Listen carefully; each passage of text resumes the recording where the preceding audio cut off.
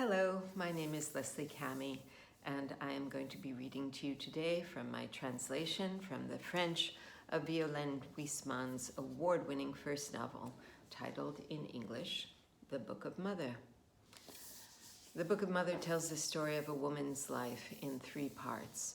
The first part is told from the perspective of the younger of her 2 daughters, who is 10 years old when her mother disappears from her life temporarily.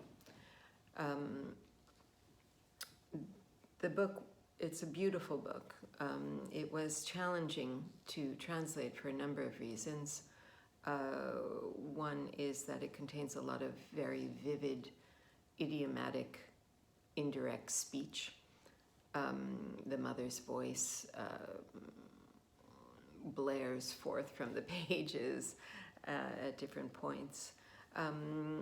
The other reason is that it has gorgeous, winding Proustian sentences. The first sentence of the book goes on in French for about a page and a half. I'm not going to begin with that sentence, but a little further on, when this little girl is watching television and seeing images of the Berlin Wall fall and trying to somehow make sense of her mother's disappearance at the same time. And I will begin with that. Up to that point, I'd admired my mother blindly, rapturously, but now a shadow had fallen over her image. Maman had sunk into a depression so severe that she had been hospitalized by force for months. After having been lied to regarding the reasons for her sudden disappearance, I was informed that Maman was manic depressive. The words all ran together. Your mother is manic depressive. A sentence pronounced by one adult or another, one of those useless grown-up sentences that only added to my distress. I rolled the words around on my tongue. They became the leitmotif of my torment. Manic depressive. It didn't mean anything, except that Maman had disappeared from one day to the next. My memories of the events preceding her flight are probably too fragmentary and disjointed to weave into a coherent narrative, but the explanations offered by the adults around me were both implausible and unacceptable. In the end, no one knows my childhood better than I do, apart from my sister, who is 2 years older and recalls slightly different episodes from the epic of our youth. Only one point continues to elude us, the precise moment of our mother's collapse. The definitive incident, if indeed there was one, seems to have slipped away from both of us, leaving behind only a vague and ominous sense that whatever precipitated her fall almost took us with her. In the absence of any specific catalyst, this memory will have to do.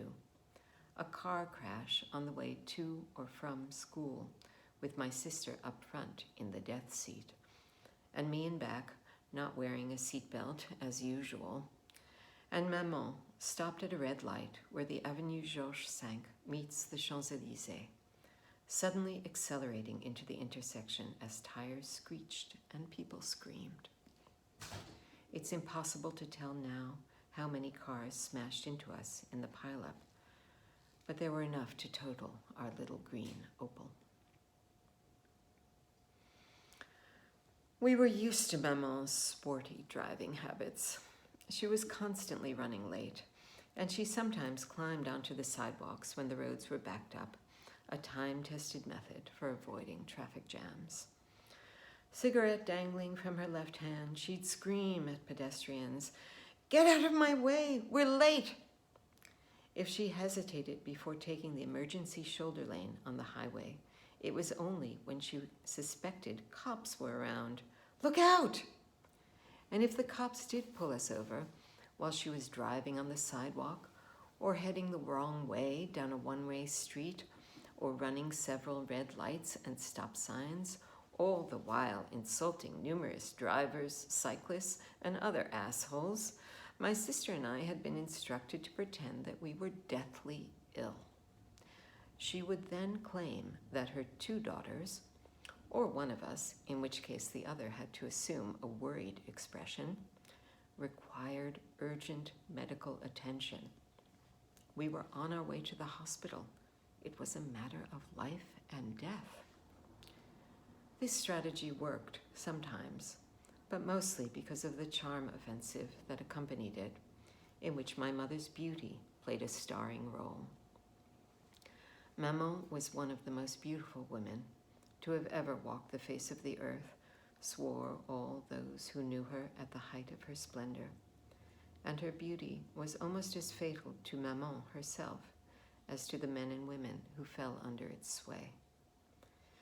It was no surprise that Maman drove like a madwoman. The rules of the road were purely theoretical to her, and pointlessly annoying, although she would, if she saw a truck bearing down on us as we swerved into the wrong lane, retreat. Oh, well, he's rather big, that one. But the day she hurled us into the Champs-Élysées, she betrayed no interest in self-preservation. I still don't know by what miracle we survived.